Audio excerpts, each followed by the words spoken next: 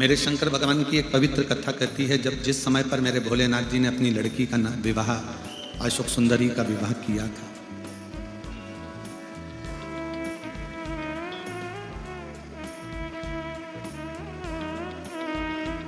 तो पार्वती जी ने भगवान शंकर से कहा था कि आपकी लड़की अशोक सुंदरी का विवाह हो रहा है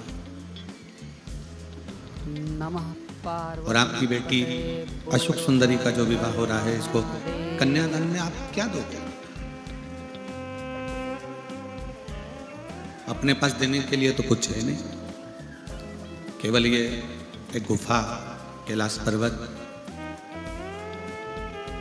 सिर पर गंगा, मस्तक पर चंदा, तन पर भस्म, इसके सिवाय तो मेरे पास में कुछ है नहीं। फिर बेटी अशोक सुंदरी के कन्यादान में क्या दिया जाए? शिव महापुराण की कथा कहती है कि भगवान शंकर ने तुरंत माता पार्वती जी से कहा कि मेरी बेटी अशोक सुंदरी को कन्यादान में मैंने जो शिक्षा दी है, जो मैंने उसको शिक्षा प्रदान करी है, वही मैं अपनी बेटी के कन्यादान में दे रहा हूं।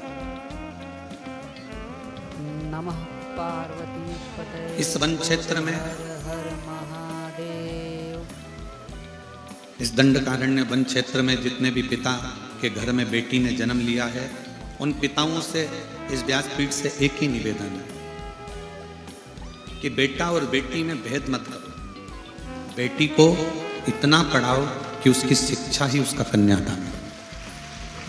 नमः पार्वती पते।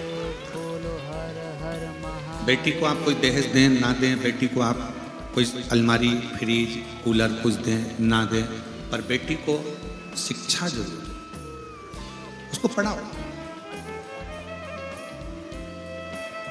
तुम्हारी दी हुई अलमारी एक दिन अटाले में चली जाएगी, तुम्हारा दिया हुआ फ्रिज एक दिन बिगड़ जाएगा, तुम्हारा दिया हुआ वॉशिंग मशीन एक दिन खराब हो जाएगा, तुम्हारा दिया हुआ एक दिन सोफा सेट फट जाएगा, तुम्हारा दिया हुआ कपड़ा भी बेकार हो जाएगा, तुम्हारा दिया हुआ सोना चांदी भी एक दिन हो सकता है कि कर्जे में डूब जाएगा, पर तुम्हारा दी हुई शिक्षा, तुमने जो बेटी को पढ़ाया है, अच्छा कॉलेज, अच्छा स्कूल बेटी को पहुंचाया है, तुम्हारी वो दी हुई शिक्षा वो कभी ना फटती है, ना कभी बेकार होती है, ना कभी कर्जे में लेकर जाती है। आप बेटियों को शिक्षा दीजिए।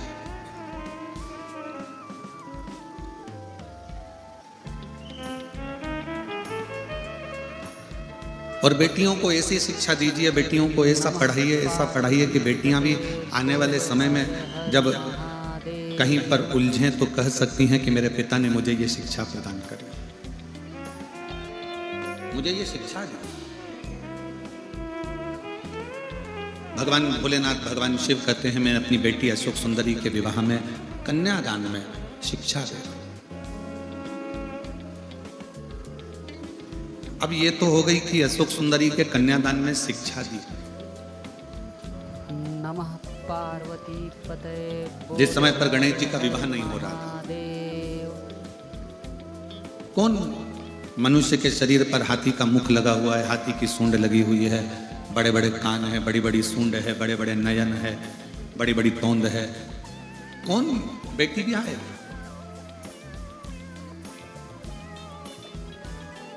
आप में से कोई नहीं होगा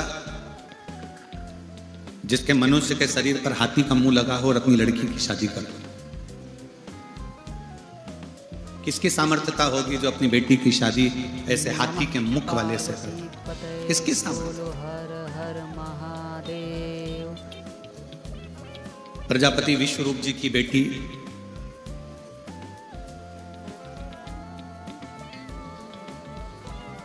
रिद्धि सिद्धि, जिनका विवाह गणेश जी के साथ हो रहा है, क्यों कर रही है?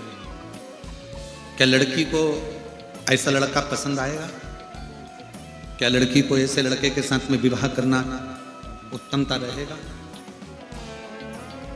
जिसका मुख हाथी का लगा हो, शरीर मनुष्य का हो?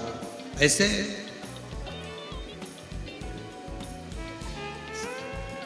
उससे कैसे विवाह कर सकते? नमः पार्वती पतये बोलो हर हर महादेव। विश्वरूप जी ने जब विवाह का प्रस्ताव आया तो विवाह के प्रस्ताव पर विश्वरूप जी ने अपनी दोनों बेटियों से कह दिया कि ये लड़के का प्रस्ताव आया,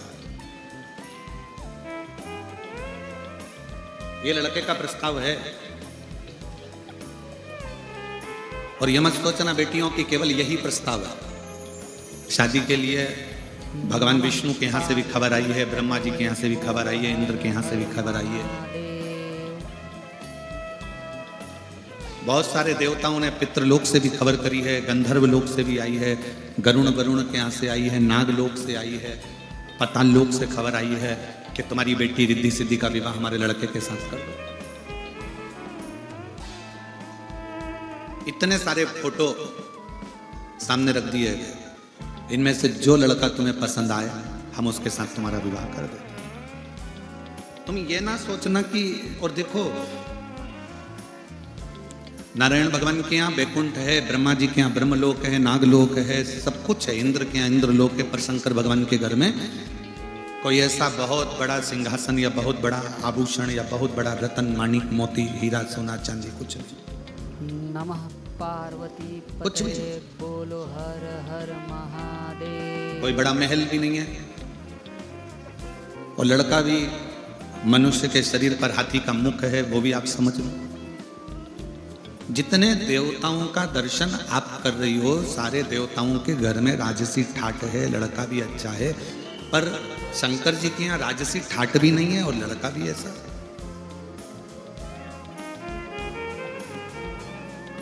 समझ लो, रिद्धि सिद्धि वन में चली गई, पिता विश्वरूप जी को प्रणाम कर वन।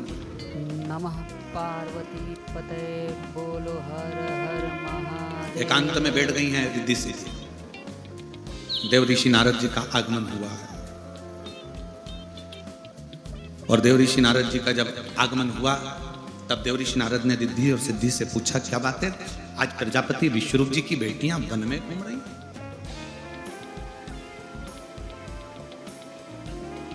जिस पिता की बेटी कभी अपने घर से ना निकली हो, जिस पिता की बेटी अपने घर से कभी कहीं गई ना हो, उस पिता की बेटी आज वन में घूम रही, वन में।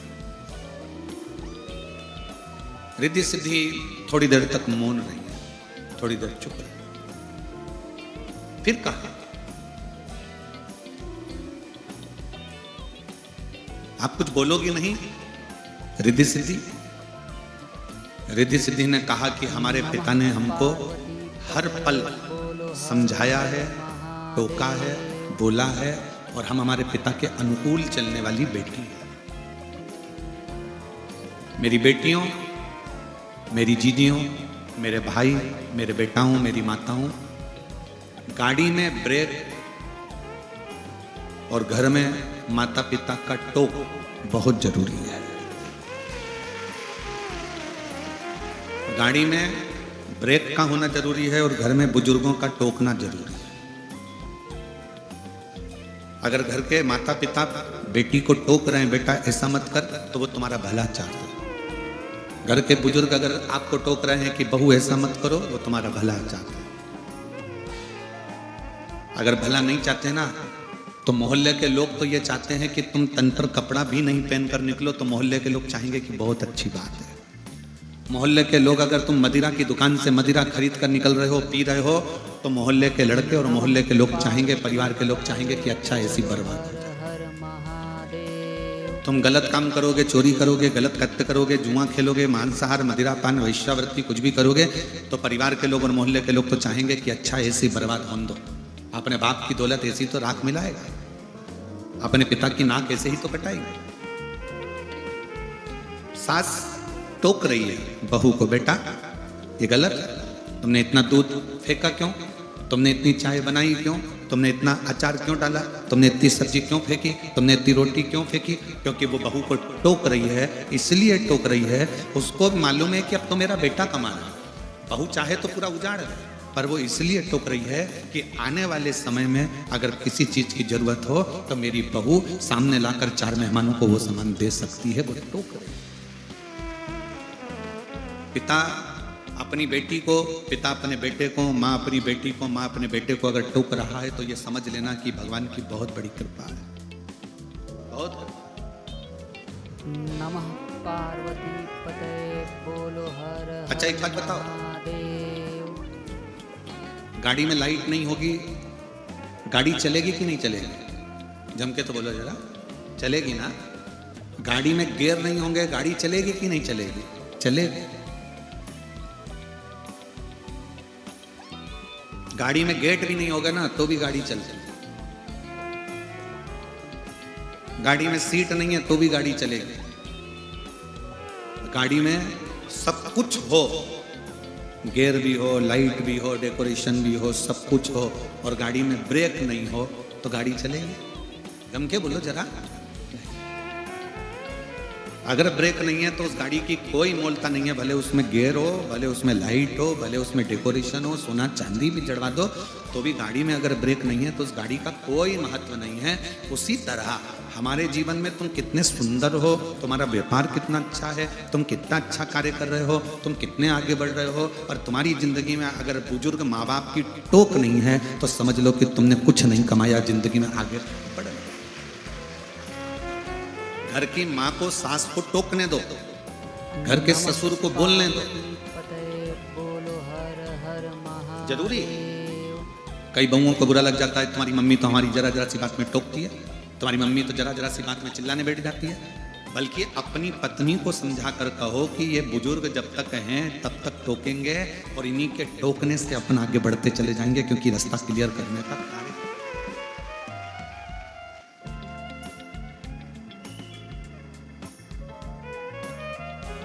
बहुत बड़ा मकान, बहुत बड़ा।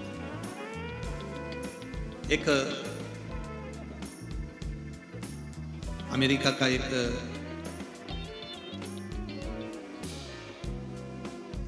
इंडियन लड़का जिसका नाम नीलेश, अमेरिका में रह रहा है। उसने अखबार में न्यूज निकलवाई कि मुझको एक बुजुर्ग माता पिता की जरूरत है। नीलेश, जो माता पिता साथ में रहते हो, नमः पार्वती, जो माता पिता मेरे घर में रहे, बोलो हर हर महादेव। और वो रुचि से मेरे घर में आए।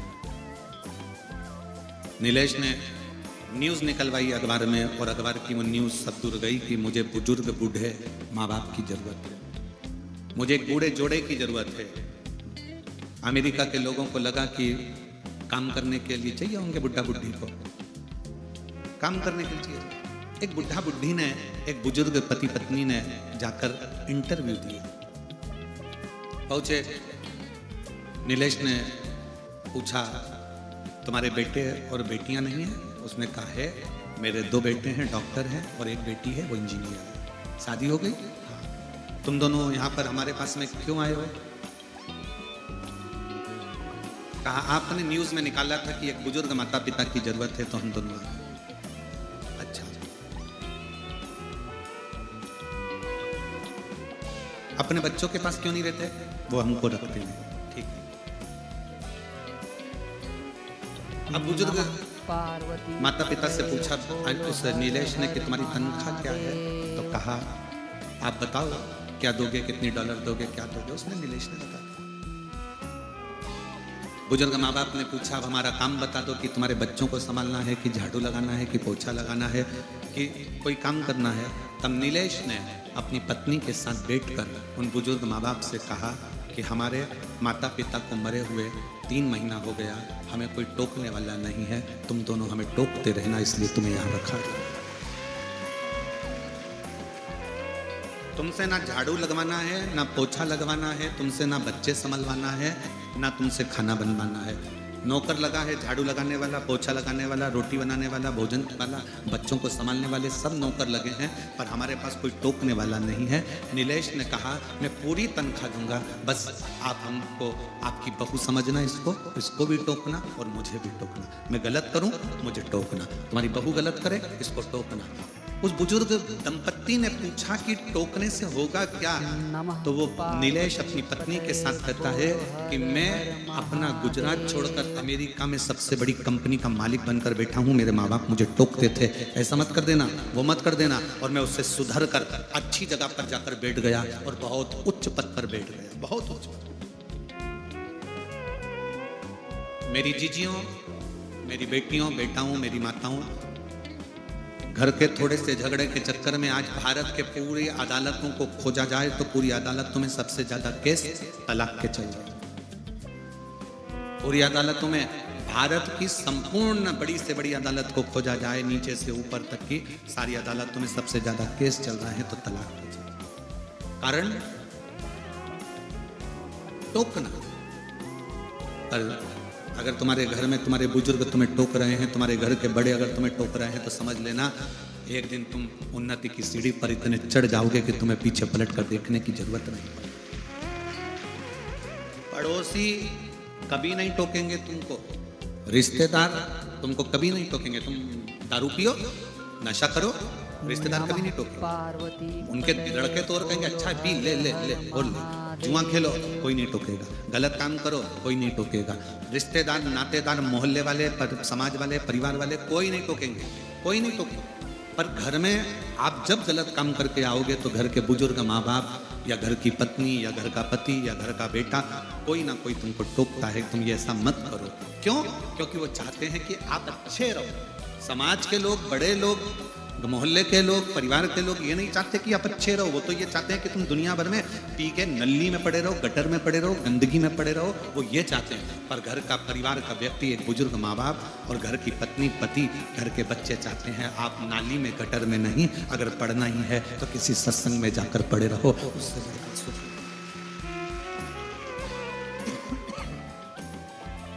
उससे बढ़कर सुख नहीं।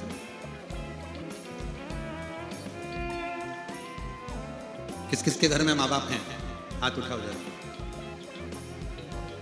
मैं आपको प्रणाम करता हूं जो आपके घर में माता पिता हैं और टोकने वाला कोई ना कोई है, इसलिए आपको नमन करता हूं।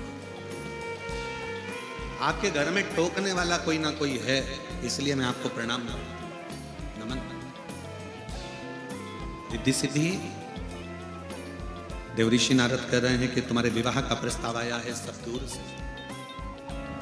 नमः पार्वती। भगवान विष्णु के यहाँ से भी आया, तो ब्रह्मा जी के यहाँ से भी आया, तो इंद्र के यहाँ से भी आया, तो पितृलोक से भी आया, गरुण वरुण के यहाँ से भी आया, तो नागलोक से भी आया।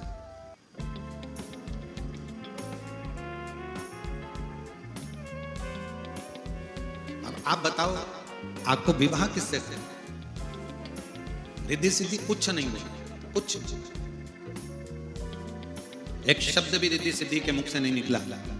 बस रिद्धि सिद्धि ने इतना जरूर कहा कि हमारे पिता ने हमें जो सिखाया है, हम कभी गलत जगह पर नहीं जाएंगे, जहां मेरे माँ बाप कहेंगे विवाह हम वहां करेंगे। मेरी बेटियों,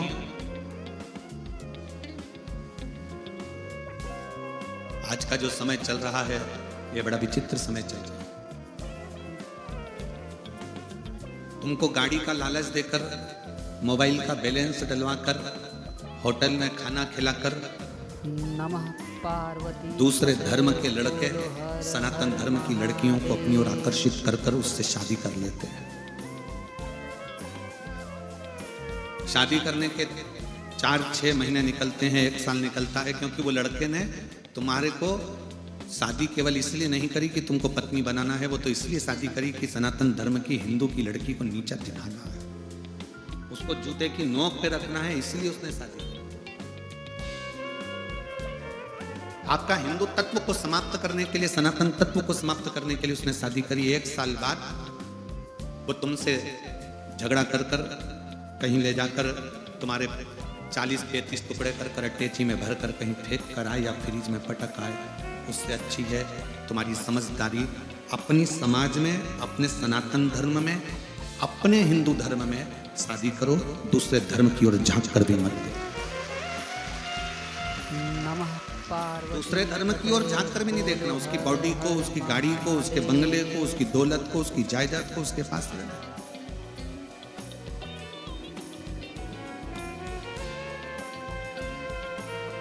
रिद्धि सिद्धि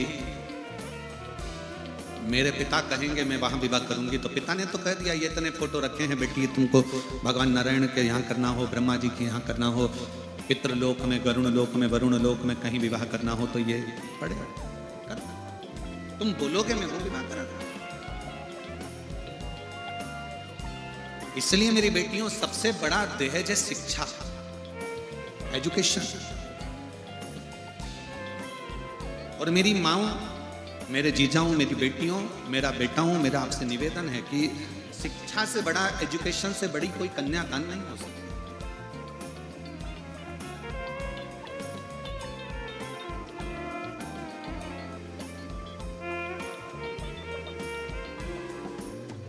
शिक्षा शिक्षा है। और कभी यह न सोचना कि शिक्षा केवल बहुत महंगे स्कूल में पढ़ोगे तो शिक्षा अच्छी रहेगी, या बहुत महंगे कॉलेज में पढ़ोगे तो शिक्षा रहेगी। अगर बहुत महंगे कॉलेज में और स्कूल में नहीं जा सकते तो अपने जो शासकीय स्कूल हैं, सरकारी स्कूल हैं, उसमें भी पढ़ो। हमारे माता पिता के पास में इतना धन नहीं था कि हमको कोई प्राइवेट स्कूल में या अच्छे स्कूल में पढ़ा सकते थे। हमारा पूरा बचपन, हमारी पूरी पढ़ाई सरकारी स्कूलों में। सरकारी स्कूल के कपड़े पहनकर, सरकारी स्कूल की किताबों से जो मिल जाता था उससे पढ़कर, दोस्तों के यहाँ अगर जाते भी थे तो उनकी क्वेश्चन बुक लेकर, उनके 20 क्वेश्चन लेकर उसमें से पढ़कर फिर अपना एग्जाम देते।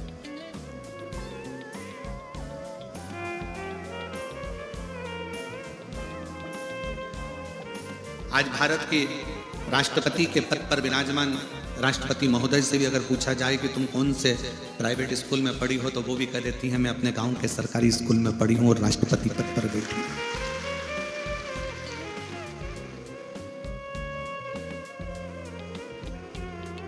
जरूरी नहीं कि बहुत पैसा होगा तो एजुकेशन मूल हो, शिक्षा मूल हो। हर हर महादेव। 4 इंजीनियर एक पाइप में एक तार डाल रहे थे। आड़ा टेढ़ा पाइप था, एकदम आड़ा टेढ़ा, उसमें तार खोना था। 4 इंजीनियर रोज मेहनत करते पर वो तार उसके अंदर नहीं जाती, क्योंकि वो पाइप आड़ा टेढ़ा। एक किसान, इंजीनियरों ने बहुत ऊंचे ऊंचे कॉलेज से पढ़ा, पर वो किसान ने एक छोटे से सरकारी स्कूल में पढ़ा। रोज देख रहा कि ये तार पाइप में नहीं जा रहा। 4 दिन से इंजीनियर लगे हैं, तो किसान गया, खेत पर जा रहा था धान बोने के लिए। उस किसान ने जाकर कहा क्या बात है? इंजीनियरों ने कहा तू गंवार, तू क्या जानता है, तू गांव में रहने वाला, फसल करने वाला, धान बोने वाला, तुझ में क्या कर, चल जा। उसने कहा हुआ क्या?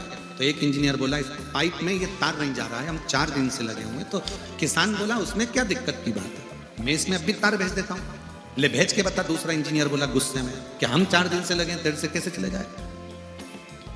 किसान गया अपने खेत पर, एक चूहा पकड़ कर लाया, चूहे की पूंछ से तार को बांधा, पाइप में चूहे को छोड़ दिया, चूहा उधर निकल गया, तार निकल कर बाहर गया। नमः पार्वती। जरूरी नहीं कि एजुकेशन बड़े कॉलेज में करी जाए, बड़े स्कूल में करी जाए तो तुम विद्वान हो गए।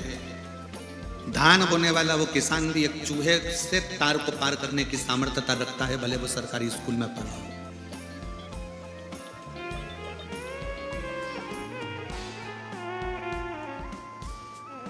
तीन माताएं कुएं पे से पानी भर रही थी। एक का बेटा निकला, बेटा निकल कर बोलता मम्मी बाय।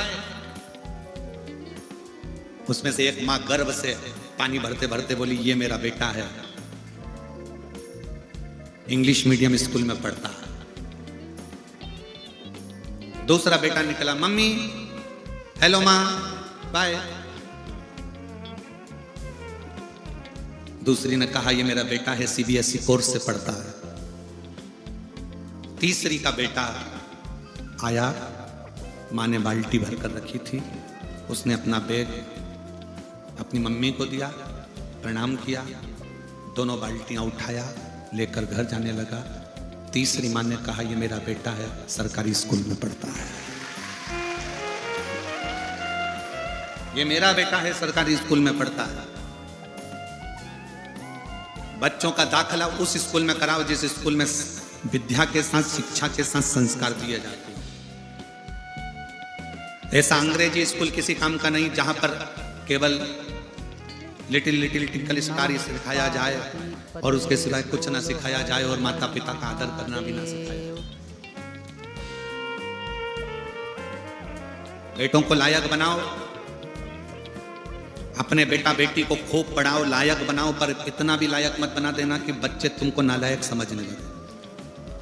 पापा तुम्हें कुछ नहीं आता, मम्मी तुम क्या जानती हो, पापा तुम क्या जानते हो। बच्चों को लायक बनाना, पर इतना लायक मत बना देना कि बच्चे तुमको नालायक समझ लें। तुम्हें नहीं आता पापा, आज के जमाने के नहीं हो तुम पुराने जमाने के, तुमको कुछ नहीं आता। उस बाप से पूछो कि उसको क्या नहीं आता। तुम्हें बड़ा उसने किया है, तुम्हें पाल पोस कर काबिल उसने बनाया है। दिन भर ड्यूटी पर लगा रहता था, रात की भी ड्यूटी करता था कि मेरे बच्चे अच्छे पढ़ जाएं और मेरी बेटियां खूब अच्छी पढ़ाई कर लें, मेरा घर अच्छा चल जाए। सैनिकों के साथ युद्ध भी करता है। दिन रात कोरोना के समय पर पूरी दुनिया सोती है और वो ड्यूटी निभाता है अपने बच्चों और अपनी पत्नी के लिए। जरा विचार करिएगा, उसके बाद भी दिन रात मेहनत करने के बाद भी बच्चे कहते पापा तुम्हें अकल नहीं है, तुम नहीं जानते, मम्मी तुम चुप रहो, चुप बैठ, तुम्हें क्या मालूम है, चुप रहो। बेटे लायक तो हो गए, बेटी लायक तो हो गई, पर माँ बाप को नालायक समझने लगे। नहीं, शिक्षा उच्च हो और शिक्षा के साथ में नम्रता भी उच्च की। जितना बड़ा तुम्हारा औहदा हो ना, तुम बहुत बड़े औहदे पर, कलेक्टर के औहदे पर बैठ जाओ, एसपी के औहदे पर बैठ जाओ, डीआईजी आईजी के औहदे पर बैठ जाओ, मिनिस्टर मंत्री संतरी कलंतरी के औहदे पर बैठ जाओ, उतनी तुम्हें नम्रता आती जाना चाहिए, अकड़ नहीं। क्योंकि ये कड़ले कड़ले दांत तो एक दिन टूट के गिर जाते हैं, पर कोमल कोमल जीवान तो मरते दम तक सांस निभा जाती है। नम्रता रखिए। औहदा तुम्हारी उच्च पद, उच्च प्रतिष्ठा, ये तुमको जो मिली है तुम्हारी मेहनत से मिली है। मेहनत के साथ में ना जाने कितनों की दुआ तुमको लगी होगी तो मिली है। उसको ये ना सोचे कि ये केवल मैंने कमाया है, ये मैं लेकर।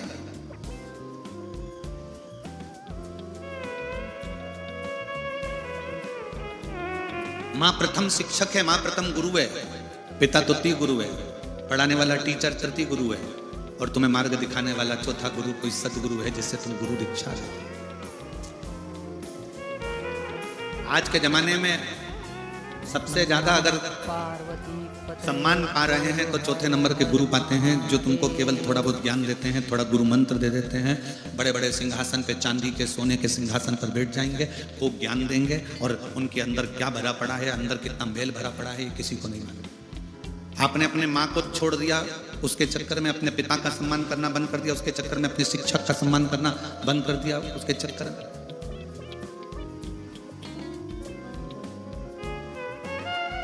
सबसे प्रथम गुरु है माँ, जो बचपन सुधारती है। दूसरा गुरु है पिता, जो जवानी सुधार देता है बच्चों की। एक बाप से पूछना, हमें एक पिता की एक बात स्मरण में आ गई। हम महाराष्ट्र में कथा करने के लिए गए थे, और वहां एक पिता की इच्छा देखिएगा, मैं उसका नाम नहीं लेना चाहूंगा। 6 महीने रिटायरमेंट के बच्चे थे उस पिता के।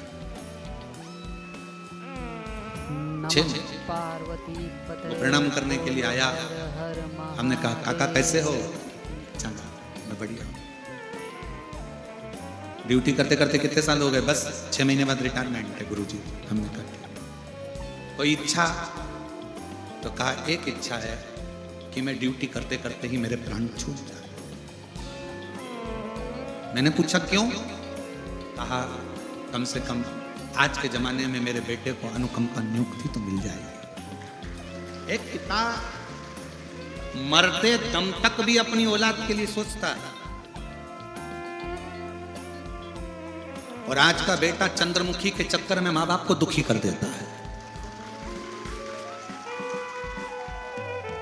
उसको ये नहीं मालूम कि चंद्रमुखी के चक्कर में खुद भी दुखी है। जब चंद्रमुखी तेरे माँ बाप को दुखी कर सकती है तो तुझे ना दुखी करेगी। उसका नाम चंद्रमुखी है, तुझे सूरजमुखी ना कर दे तो बात है। एक बाप अपनी पूरी जिंदगी अपने बच्चों के लिए दुकान बढ़ाऊंगा, बच्चों के काम आएगा, व्यापार बढ़ाऊंगा, बच्चों के काम आएगा, घर बड़ा बनाऊंगा, बच्चों के काम आएगा, बहुत कुछ मेरी औलादों के लिए, औलादों के लिए, जमीन, धान, फसल, खेती, सब बच्चों के लिए। खुद क्या करता है? बेटे एप्पल का मोबाइल चला रहे हैं और बाप कमाने वाला जो दुकान पर व्यापार में 24 घंटा लगा रहता है वो कीपैड चला रहा है नमः छोटा सा। पार्वती पते बोलो। बेटे ने कहा पापा मुझे लैपटॉप, आओ बेटा। बेटे ने कहा पापा मुझे ऐसा।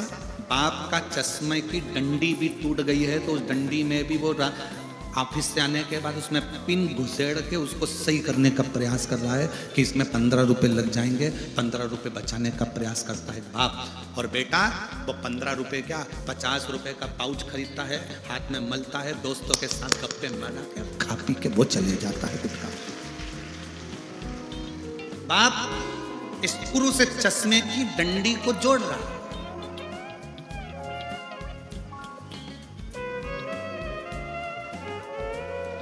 मेरी बेटियों, बेटाओं, मेरी माताओं, मेरी जीजियों, मेरे जीजाओं,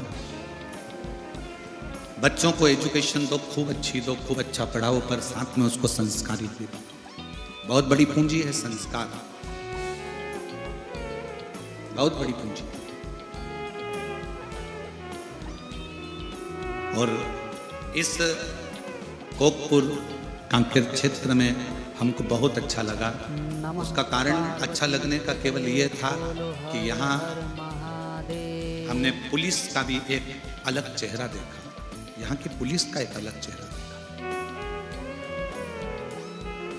यहाँ की पुलिस का एक चेहरा ऐसा देखा कि इस कोकपुर कांकेर की पुलिस रात्रि के समय पर जो लोग पैदल आ रहे थे और कोई लोग गाड़ी से जा रहे थे, तो इस कांकेर कोकपुर की पुलिस ने गाड़ी वालों को रोक के थोड़ी देर रखा और जो पैदल आ रहे थे उनकी गाड़ी में उन पैदल चलने वालों को बिठाकर कथा स्थल तक पहुंचा।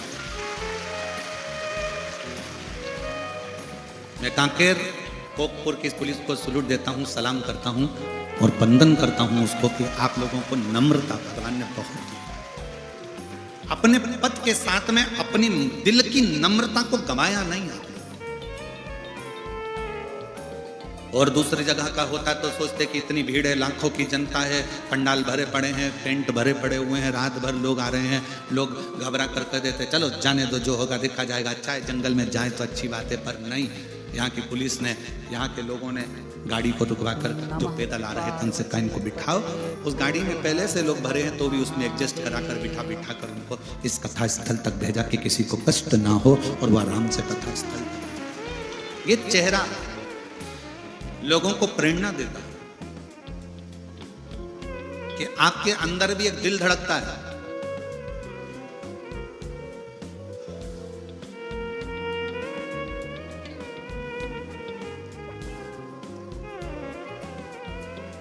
आपके अंदर भी एक कोमल भाव है और वो हृदय से होना चाहिए। नौकरी करो, सर्विस करो, खूब अच्छी पढ़ाई कर कर तुम उच्च पद पर पहुंचो, पर उसमें थोड़ी सी नम्रता तुम्हारे जीवन को एक आनंदित कर सकती है। सुख है। मैं जैन साहब कहना चाहूंगा इस कोकपुर के लोगों के लिए कि इतनी शीतलता है इस कांकेर कोकपुर के लोगों में, इतनी नम्रता है कि कांकेर कोकपुर का दूसरी जगह कथा होती है ना तो इतनी चिल्ला चोट होती है, इतनी चिल्ला चोट होती है, पर कोकपुर और कांकेर के इस क्षेत्र में, इस बस्तर क्षेत्र में सुनने वाले भी साइलेंट होकर कथा का लाभ लेते। नम्रता, सहजता आपका सबसे बड़ा गुण है।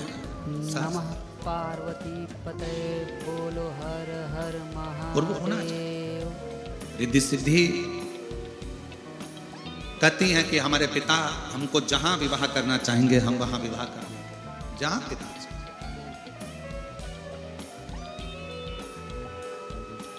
जैसा पिता चाहें वैसा हम विवाह करने को तैयार, मना नहीं है। आज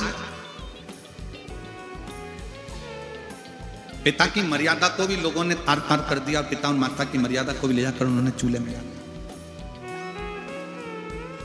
आज की बेटियां आज के बेटे रील बनाने के चक्कर में अपना खुद का रोल बिगाड़ चुके हैं। इतनी अश्लील रीलों का निर्माण कर रहे हैं और ये नहीं सोच रहे कि हमारे परिवार की गति क्या है, हमारे परिवार की गति क्या है।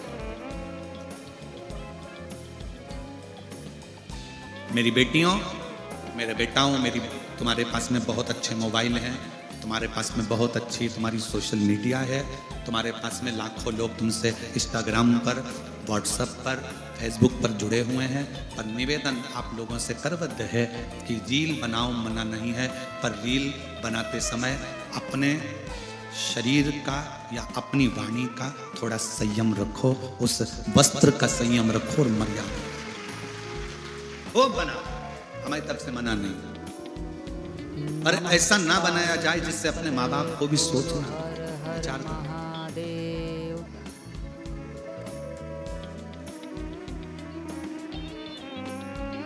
बहुत सावधानी रखिए। एक छोटा सा मैसेज आता है मोबाइल पर, आपसे ओटीपी पूछी जाती है, पूछते से ही फिर पूछा जाएगा आप यहां हो। आजकल सोशल मीडिया के माध्यम से कई लोग नकली पुलिस बनकर तुमको डराने का प्रयास करते हैं। तुम्हारा बेटा ने ये काम कर दिया है, वो बंद हो गया है, 5 लाख रुपए डलवाओ, हमने तुम्हें अकाउंट में भेजे हैं, हम इस थाने से थानेदार बोल रहे हैं, हम इस चौकी से बोल रहे हैं। किसी भी फोन पर, किसी भी मैसेज पर ध्यान मत देना।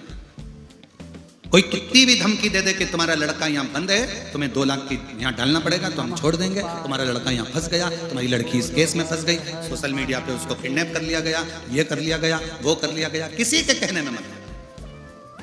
कोई तुमसे कहे ये ओटीपी दे दो, मालूम पड़े तुम्हारा पूरा पैसा तुम्हारे बैंक में रखा हुआ, तुम्हारी 1-1 रुपए की पूंजी पूरी चली जाए, पूरी चली जाए। एक बूढ़ी माँ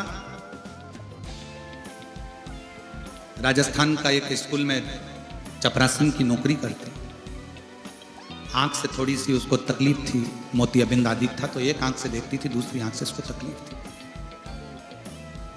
दूसरी आंख से उसको तकलीफ। और वो बूढ़ी माँ नौकरी करती, पैसा आता, डलवा देती। उसके पति की जगह पर उसकी नौकरी लगी थी, तो वो पढ़ी लिखी नहीं थी, बहुत नाके।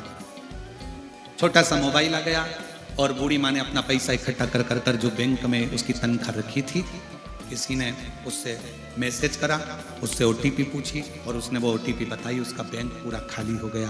इतनी रोई कि मेरी जिंदगी की पूरी पूंजी चली। 4 लड़कियां उसकी, चारों विवाह के लायक, शादी पक्की हो गई थी, पैसा रखा था, तो सम्मेलन में शादी करने वाली थी, पर उसमें भी थोड़ा थोड़ा पैसा उसका जमा हुआ। सम्मेलन में एक फॉर्म भरना था जिसमें 5-5 हजार रुपए या 10-10 हजार रुपए सम्मेलन में जमा होना था। उसके पास वो 10-10 हजार भी नहीं थे। 4-5 जगह गई, कोई ने उसकी मदद नहीं करी। तब उसने टीवी पर कथा सुन रखी थी, सीहोर पहुंच गई और मैं राजस्थान से हूँ, मेरा ये नाम है और ऐसा ऐसा है, बेटियों की शादी करना है। कुछ समिति से फोन आया, ऐसा ऐसा प्रसंग है। समिति ने निर्णय लेकर चारों बेटियों के फॉर्म जमा करवाए, पैसे जमा करवाए, सम्मेलन में जाकर बात कराकर चारों बेटियों का विवाह कर दिया। माँ ने कहा कि मेरे से बस केवल ओटीपी पूछा गया, मेरे मैसेज आया और मैंने मैसेज पर बताया और मेरा पूरा पैसा चले, पूरा चला गया। थोड़ी सावधानी, प्रशासन तो अपनी जगह पर है जो आपको सावधान करता रहता है, पर थोड़ी सावधानी अपनी भी होनी चाहिए। बहुत रिद्धि सिद्धि, आपके पिता के कहने पर आप विवाह नहीं करोगे? हाँ, हमारा पिता ही कहेगा, हम तो वही करेंगे। इतने फोटो आए हैं, कौन सा फोटो में लड़का पसंद आया उससे विवाह कर लो। सबको देखा, इंद्र के पुत्र जयंत का भी आया, नारायण भगवान के यहाँ से भी आया, ब्रह्मा जी के मानस पुत्रों का भी आया, पाताल लोक से भी आया, पितृलोक से भी आया, परंतु आखिरी में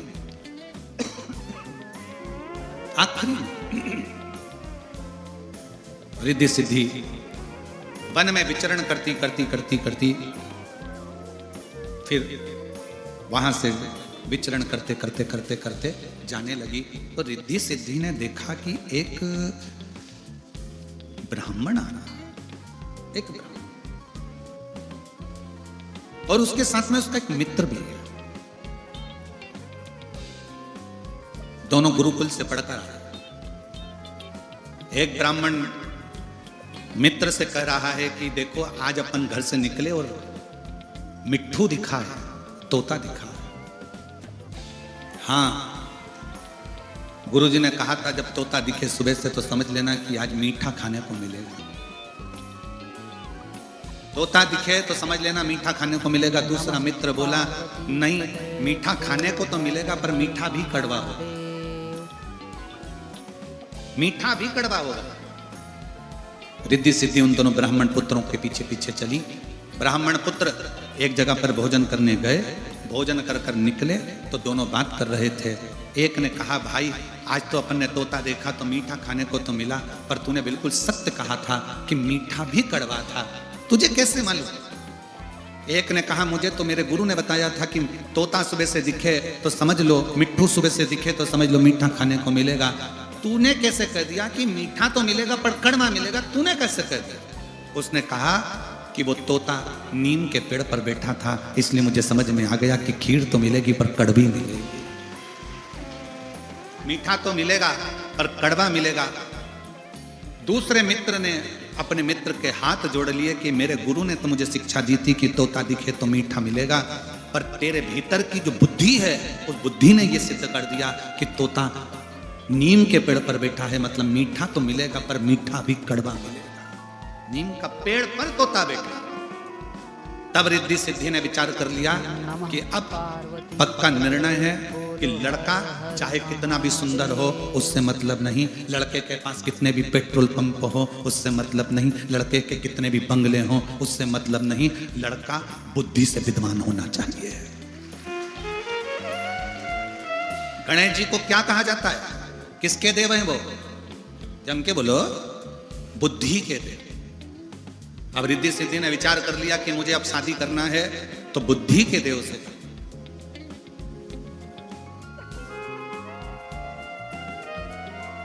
बुद्धि का देव हो, सरल हो, सहज हो, सम्मान देने वाला हो।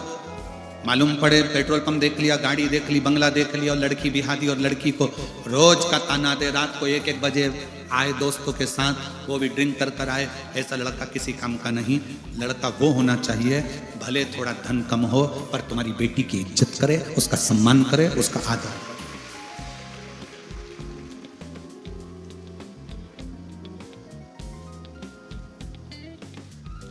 भोजन पति रसोई घर में करे, एकांत में बैठकर भोजन करे, पर पत्नी का सम्मान सबके सामने करे।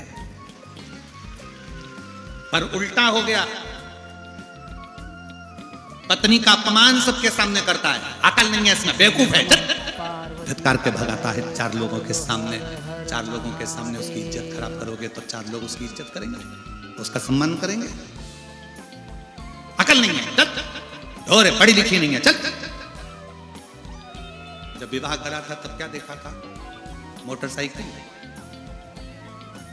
चेन और अंगूठी, हाथ का ब्रेसलेट, या उसके बाप की जमीन,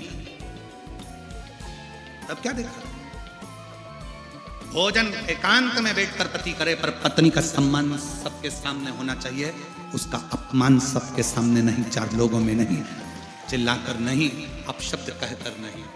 पर पति अपनी शूरवीरता 4 लोगों में अपनी पत्नी पर दिखाता है कि मैं शूरवीर हूं, देखा मेरी कितनी धाक है। अगर तू इतना बड़ा शूरवीर है तो नक्सल एरिया में चले जा। जब इतनी शूरवीरता है तेरे को और तू अपनी पत्नी पर इतनी शूरवीरता दिखा रहा है तो शूरवीरता दिखा, बॉर्डर पर जा, मां शूरवीरता दिखा। एक पत्नी जो अपने बाप का घर छोड़कर तेरे लिए आई है, जो तेरे बच्चों को दिन भर संभालती है, रोटी बनाकर तेरे बच्चों को, तेरे घर के लोगों को खिलाती है, और तू शूरवीरता भी उस पर दिखा रहा, 4 लोगों में अपशब्द भी उससे कह रहा। सम्मान करिए, आदर करिए, बोलो हर हर महादेव। जिस घर में स्त्रियां ज्यादा रोती हैं ना, उस घर का विकास कभी नहीं हो सकता, क्योंकि दिल के अरमा आंसुओं में बह गए और अच्छे अच्छे सूरवीर पानी में डह गए। इसलिए सावधान इंडिया, सावधान कोकपुर कांके, सावधानी रखिए, सम्मान दीजिए सबके सामने, इज्जत करिए सबके सामने। डांटना है तो एकांत में जाइए। अरे रामचरितमानस से सीखो। कैकेयी जी को गुस्सा आया तो सबके सामने चिल्ला के बोली क्या? अरे बोलो तो जम के। कैकेयी जी को गुस्सा आया तो कहां गई थी? अरे अच्छे से बोलो जम के, कोप भवन।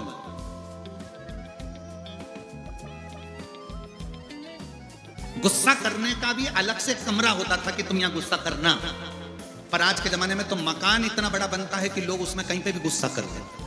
सास इधर गुस्सा करके बैठी, बहू उधर बैठी, पोता ऊपर बैठा, पोती कॉलेज बैठी, पूरा घर ऐसा लगता है कि ये घर नहीं, ये कोप भवन है। सबकी डीपी उड़ी पड़ी हुई है, सबके बल्ब फ्यूज सब चेक कर रहे हैं। जब जब बल्ब लगाते हैं तो बल्ब एकदम फिर बंद, ट्यूबलाइट एकदम फिर बंद।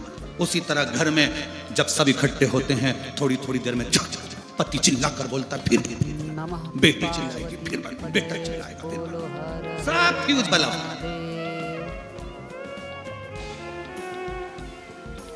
अरे भाई थोड़ा इन्वर्टर लगा लो, बल्ब शार्ट नहीं होंगे। बैटरी को चार्ज रखो, थोड़ा बहुत शिव महापुराण में जाकर बैटरी को चार्ज कर लिया करो, कथा सुन लिया करो। फ्यूज नहीं हो, फ्यूज नहीं। सावधानी बहुत जरूरी। रिद्धि सिद्धि अब कर रही है कि मैं विवाह करूंगी तो बुद्धि के देव के साथ करूंगी। बुद्धि का देव कौन? जम के बोलो जरा, गणेश। अब इनके यहां बंगला नहीं है, सोने का सिंहासन नहीं है, धन वैभव नहीं है, पर बुद्धि है। बुद्धि है और बहुत जरूरी है। तुम्हारे पास में करोड़ों का धन हो और बुद्धि नहीं हो, कितनी सुंदर बात शास्त्र कहता है कि पूत सपूत तो की धन संचय और पूत कपूत तो की धन संचय। बेटा सपूत है तो पैसा जोड़ने की जरूरत नहीं है, वो खुद मेहनत से जोड़ लेगा। और बेटा कपूत है तो कितना भी जोड़कर चले जाओ वो सब राख मिला देगा। इसलिए बुद्धि है तो प्रॉपर्टी भी संभालेगा, घर भी संभालेगा, परिवार भी संभालेगा, सत्ता भी संभालेगा, वैभव भी संभालेगा, सब कुछ संभाल सकता। पर यदि बुद्धि ही नहीं है तो फिर क्या संभाल? गणेश जी को जब भी गणेश चतुर्थी पर आप अपने घर में लेकर आते हो, शादी में गणेश जी की पूजन करते हो, घर में शुभ कार्य होता है, सत्यनारायण जी की कथा होती है तो गणेश जी की पूजन करते हो, मंगल कार्य हो तो घर में गणेश जी की पूजन करते हो। क्यों करते हो? कि गणेश जी महाराज हमारे घर में तुम्हारी पूजन हो रही है, तुम बुद्धि देना सबको कि सब शांति से रहें। गणेश जी महाराज बुद्धि देना कि सब कार्य अच्छे से हो। गणेश जी महाराज बुद्धि देना सब कार्य सफलता की ओर हो। ऐसी कृपा कर, ऐसी करुणा कर। नमः पार्वती पते। रिद्धि सिद्धि ने विचार कर लिया कि मैं बुद्धि के देव भगवान श्री गणेश जी महाराज के साथ में मंगल विवाह हुआ। खबर पहुंच गई, शंकर भगवान के यहां विवाह की तैयारी हो गई गणेश जी महाराज। और गणेश जी का विवाह हुआ, सब खूब धूम मची है चारों तरफ। अब मां का वात्सल्य कितना प्रबल है, कितना। पार्वती जी गणेश जी को सुंदर सेहरा बांधती हैं और गणेश जी महाराज की नजर उतारती। पार्वती जी गणेश जी की नजर, बहुत ध्यान देना। बचपन में बच्चे को नजर से बचाने के लिए मां कितना कितना प्रयास करती है। मिर्ची लाएगी, नमक लाएगी, उसके ऊपर से उतार के चूल्हे में झोंकी, भले पड़ोसी को मिर्ची की दांत लग लग के मर जाए। मां है,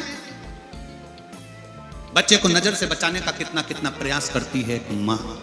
बोलो री जी सही बात है कि गलत बात है? जम के बोलो जरा, सही है। एक मां अपने बच्चे को नजर से बचाने का अथक प्रयास करती है। मेरी माँओं से निवेदन है, बच्चे को बचपन में जैसे तुम नजर से बचाते हो, उसी तरह जवानी में बच्चों को बुरी आदत से भी तुम्हें बचाना है। नजर से तुम बचा सकते हो तो बुरी आदत से भी तुम बचा सकते हो। बुरी आदत में बच्चा गलत काम कर कर आए, उसको समझाओ, ना समझे, दूसरी बार, तीसरी बार, चौथी बार समझाने का प्रयास करिए। नजर से बचाने का प्रयास करिए। जैसे नजर से बच्चे को बचाने के लिए मिर्ची झोंक देती हो, तो बुरी आदत से बचाने के लिए तुम भी कुछ ना कुछ अच्छा कर सकते हो, कर सकते हो, बचा सकते हो। पार्वती पते बोलो हर गणेश जी महाराज की सुंदर मां पार्वती नजर उतार।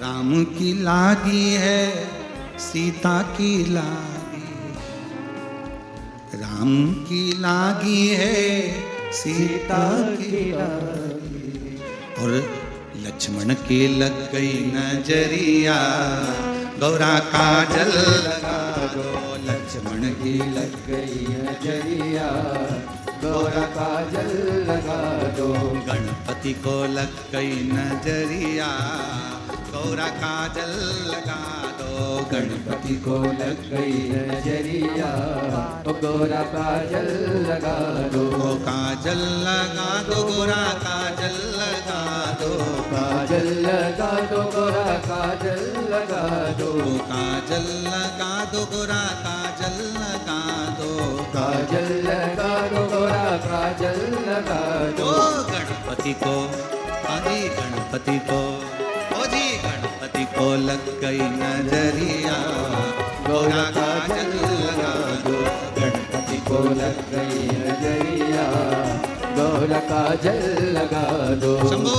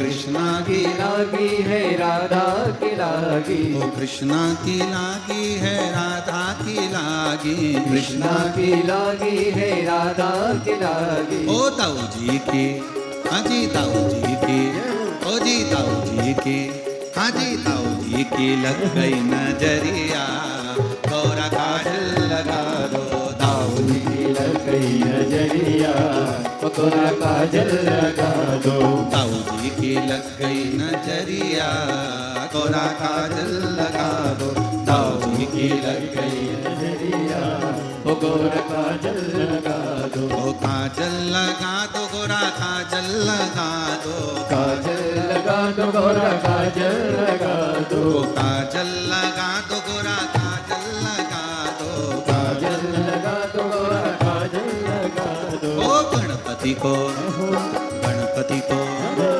गणपति को लग गई नजरिया, गौरा काजल लगा दो, गणपति को लग गई नजरिया, गौरा काजल लगा दो।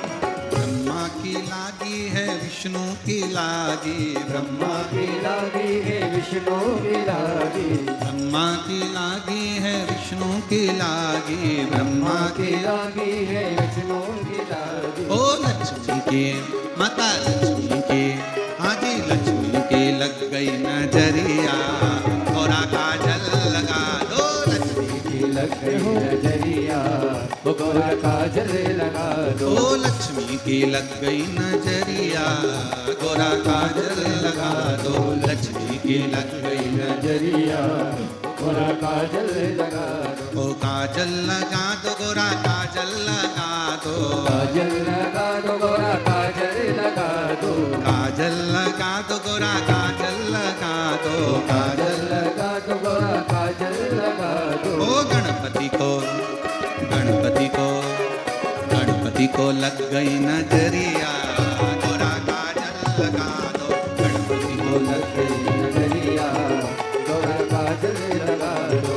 गणपति को लग गई नजरिया, गोरा काजल लगा दो, गणपति को लग गई नजरिया, गोरा काजल लगा दो। कांकेर की लागी है कोकपुर की लागी, कांकेर की लागी है कोकपुर की लागी, कांकेर की लागी है कोकपुर की लागी, कांकेर की लागी है कोकपुर की लागी। धमतरी की और धमतरी की लग गई नजरिया, गोरा काजल लगा दो, धमतरी की लग गई नजरिया, गोरा काजल लगा दो। गणपति को लग गई नजरिया, गोरा काजल लगा दो, गणपति को लग गई नजरिया, गोरा काजल लगा दो। गोरा काजल लगा दो, गोरा काजल लगा दो, गोरा काजल लगा दो, गोरा काजल लगा दो, गोरा काजल लगा दो, गोरा काजल लगा अरे महादेव है। अपने स्थान पर बैठकर भगवान शिव जी से अपने मन का भाव बड़े आनंद से दिल से बाबा को प्रार्थना करिए, विनय करिए, निवेदन करिए। और कांकेर की लागी है कोकपुर की लागी, कांकेर की लागी है कोकपुर की लागी, और धमतरी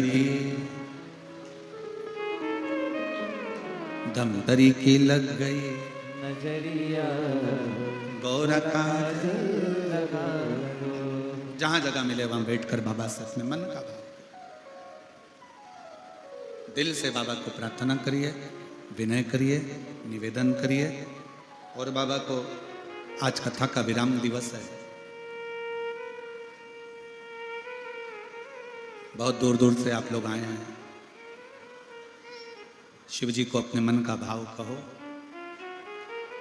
प्रार्थना करो, बाबा से जरूर कहो कि अगली कथा में हमारा भी पत्र व्यासपीठ पर पहुंचे, हमारी भी झोली खुशियों से भर दो मेरे बाबा, ऐसी प्रार्थना। सभी लोग साथ में बोलेंगे, प्रार्थना करेंगे। आपकी आवाज इस व्यासपीठ तक, व्यासपीठ और आपकी आवाज दोनों को मिलाकर शिव तक पहुंचाने का प्रयास करें।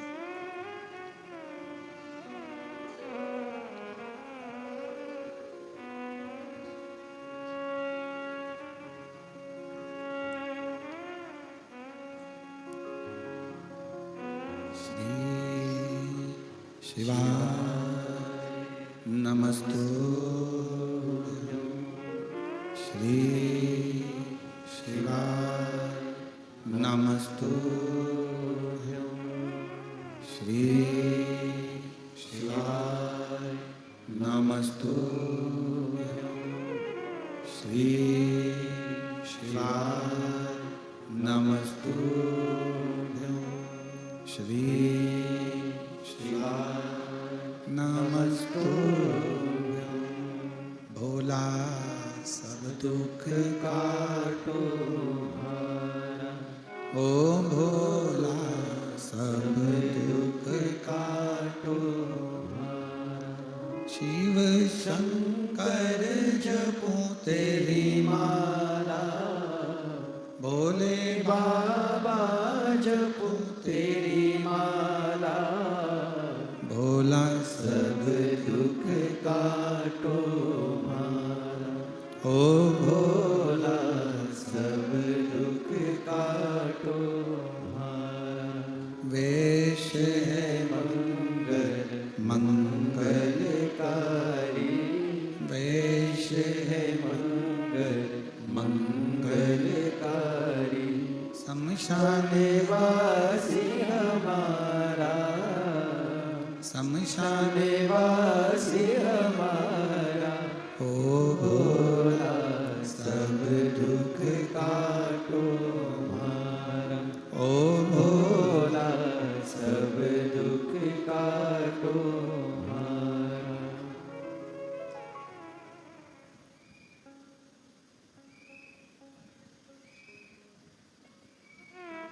भगवान देवादिदेव महादेव, भगवान शिव, ओगड़दानी, त्रिकालदर्शी, कैलाशी, विनाशी, शिव तत्व कह रहा। पार्वती जी भगवान श्री गणेश जी महाराज की नजर उतारती। बचपन में जैसे बच्चों को नजर से बचाते हो, जवानी में बच्चों को बुरी आदत से बचाओ।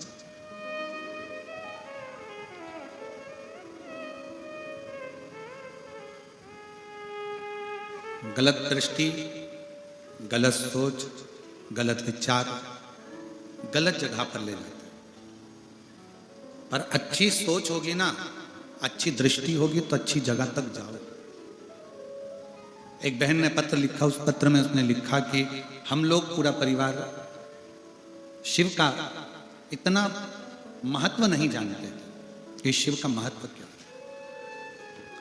मेरा नाम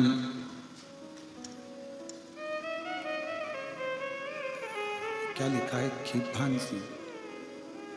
पढ़कर बताओ जरा, क्या लिखा है? खीभान है? किसी बान है? खीभान सिंह बघेल, पिता स्वर्गीय श्री कलीराम जी बघेल। मेरा निवास कांकेर ठेलका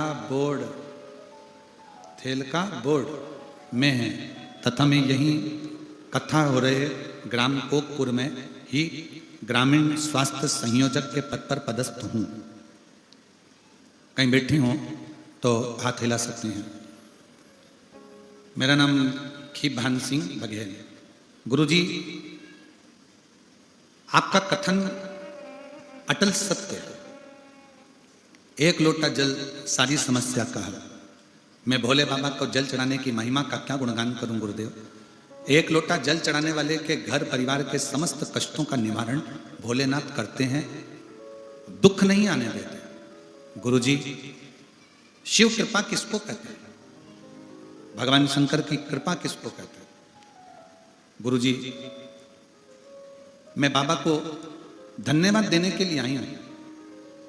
मेरे पिताजी एक किसान रहे और हम